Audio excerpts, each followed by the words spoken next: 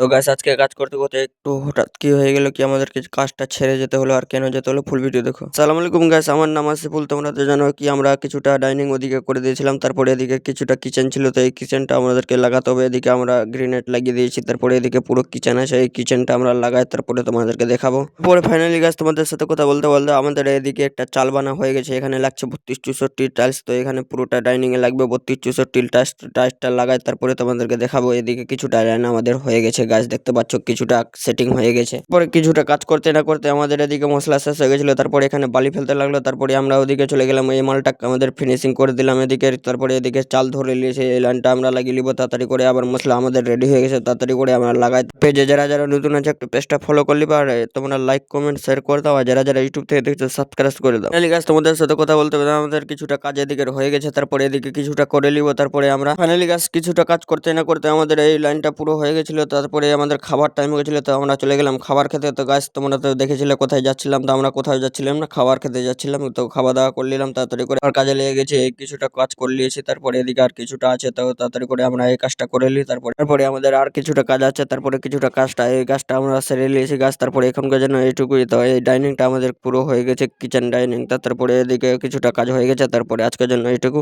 আবার নেক্সট ব্লগে দেখা হবে। কালকের জন্য পেজটা ফলো করলাম। এটা যদি ভালো লাগে তাকে লাইক কমেন্ট শেয়ার করে দিবে।